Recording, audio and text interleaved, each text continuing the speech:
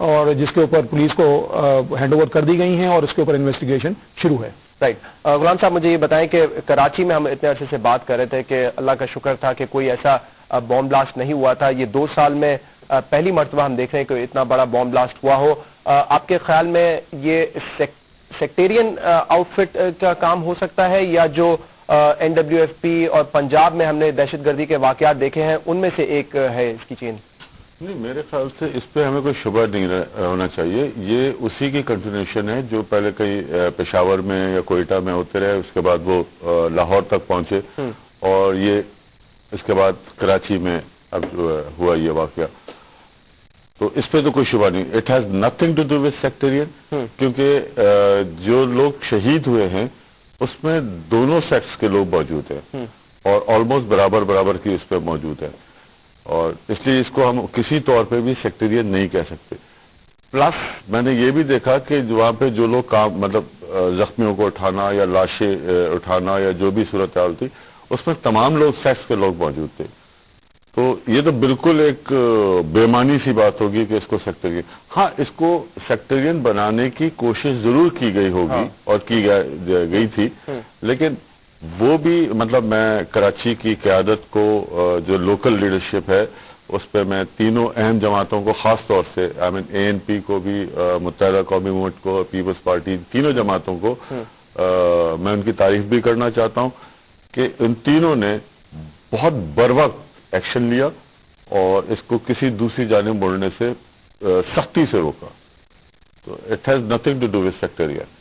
آپ کا بھی یہی اوپینین ہے؟ کیونکہ کراچی میں تو ہسٹری رہی ہے کہ فرقوں کے درمیان جھگڑے ہوتے رہے, 90s کا دور ہمارے سامنے ہے, پھر بھی آپ سمجھتے ہیں یہ سیکٹیرین وار نہیں ہے اور یہ جو آؤٹ فٹ تھا یہ وہی طالبان سے جو ہے ملتا جلتا ہے؟ بالکل یہ میں اس رائے سے بالکل متفق ہوں. اور یہ جو واقعہ ہوا ہے جس میں عزاداران کی جو شہادت ہوئی ہے یا رضاکار جو وہاں تھے ان کی شہادت ہوئی ہے, یہ یقیناً ایک بہت بڑا پلان تھا. طالبانائزیشن کا ایک پہلا حملہ تھا بڑا, جو کہ مجموعی طور پہ تیسرا حملہ یہ کراچی میں طالبان کی طرف سے تھا. اور یہ تھریٹس پہلے سے موجود تھے. عاشور کے موقع پہ پولیس کو اور دیگر تمام میڈیا کو سب کو یہ بات معلوم تھی کہ تھریٹ موجود ہے, اور جتنے ہمارے جو علماء تھے ان کو بھی یہ ٹیلی فونک تھریٹ موجود تھے. اور خاص طور پہ جو پاپوش میں ہوا یا اس کے علاوہ قصبہ میں ہوا وہ تھریٹ بھی آلریڈی آئیڈینٹیفائی تھے. بات یہ ہے کہ دیکھیں اتنی بڑی ہلاکت, اتنی بڑی شہادتیں ہوئیں, اور یقیناً یہ کراچی کی عوام بلکہ سندھ کی پوری عوام یہ بات سمجھتی ہے کہ یہ یقیناً کوئی فرقہ واریت نہیں, یہ ایک کلیئر میسج ہے کراچی کی عوام کو, سندھ کی عوام کو, کہ یہاں پر طالبان تینوں صوبوں میں اپنی کارروائی کر کے انہوں نے آخرکار یہاں پر آغاز کر دیا ہے. تو یہ کوئی ان کا تو آغاز ہے اور ہمارے لیے یہ انتہائی لمحہ فکریہ ہے, کیونکہ یہ ایسا عبادت کا یوم عاشور ایک ایسا لمحہ تھا کہ جس وقت ہم تمام لوگ اپنے اس عبادت میں, جلوس میں, اپنے اختتامی منزل کی طرف رواں دواں تھے جی. اور ایسے میں پولیس کی تمام سیکیورٹی اس حصار کو توڑ کر رضاکاروں کے تمام نظروں سے اوجھل ہو کر ایک شخص پہلے سے وہاں پلانٹڈ تھا. وہ کب سے تھا, کتنے عرصے تھا, اور اس کے بعد اس نے آ کر بلٹ کیا. تو it was very design, it was simply, I should say that it was simply Talibanization. یہ عام لوگ نہیں ہیں, یہ جو بلاسٹ ہوتے ہیں یہ 17-18 سال کا جو بھی خودکش سوسائڈر تھا وہاں, وٹ ایور ہی از, وہ آئیڈینٹیفائی ہو جائے گا تو آپ کو اندازہ ہوگا کہ یہ کوئی ایک دن کا کام نہیں تھا. اچھا یہ مجھے بتائیں کہ آپ کی جماعت کے علاوہ, کیونکہ آپ بھی یہاں پہ کہہ رہے ہیں, آپ کے قائد نے بھی کل کہا تھا کہ طالبان کی انوالومنٹ لگتی ہے اس اٹیک میں, کیا دوسری جماعتوں نے بھی اتنا ووکل ہو کے الزام لگائے طالبان پر؟ ریکارڈ پر ہے, یہ تو ریکارڈ پر ہے. 2 سال سے NQM کے قائد الطاف حسین یہ بڑے بلکہ اوپنلی کہہ رہے ہیں. اور جس طرح سے NQM ورسز طالبان, یعنی طالبان کا اگر کوئی ریئل اگر کوئی دشمن ہے تو that is true NQM. Talibanisation کے خلاف جتنی ہم نے بات کی ہے پاکستان تمام پولیٹیکل پارٹیز نے اس فرنٹ اینڈ پہ نہیں ہے. ہم پبلک میں گئے, ہم نے گیدرنگز کی, ہم نے لوگوں کو آئیڈیالوجی اسٹیبلش کی, چوکیداری سسٹم, کرائے کے لین دین کے اندر پراپرٹی, کاروں کی لین دین, ہر جگہ ہم نے اپنے لوگوں کو ہوشیار کیا. لیکن یہ جو واقعہ ہوا ہے یہ آبادی میں نہیں, یہ ایک جلوس پر ایک عاشور میں ہوا ہے. اور یہ پلانٹ, اور ایک بات میں آپ کو اور کلیئر کر دوں, ایک شخص نہیں ہوتا, اس کے ساتھ اور بھی دیگر فیکٹرز ہوتے ہیں. اس کو پلانٹ کرنے والا, اس کو سپلائی کرنے والا, اس کو ٹرانسپورٹ کرنے والا, پوری ایک چین ہوتی ہے, پھر اس کو پروٹیکٹ کرنے والا اور میک شیور کرنے والا کہ وہ صحیح جگہ بلاسٹ ہو جائے.